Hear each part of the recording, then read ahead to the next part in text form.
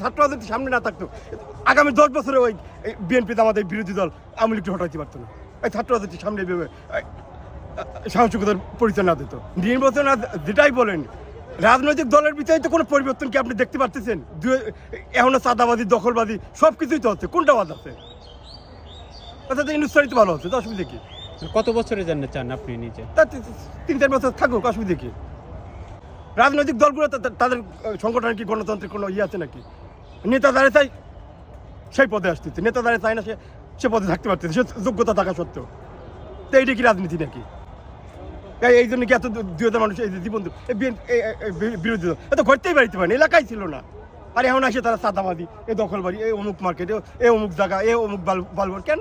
তা কি পরিবর্তন হলো? এই যে জীবনটা দিল, যারবার বুকটা খালি হইলো, যাদের জন্য তোরা আজকে এত ওই তাদের রক্তের সাথে তোরা বেমানি করলি না?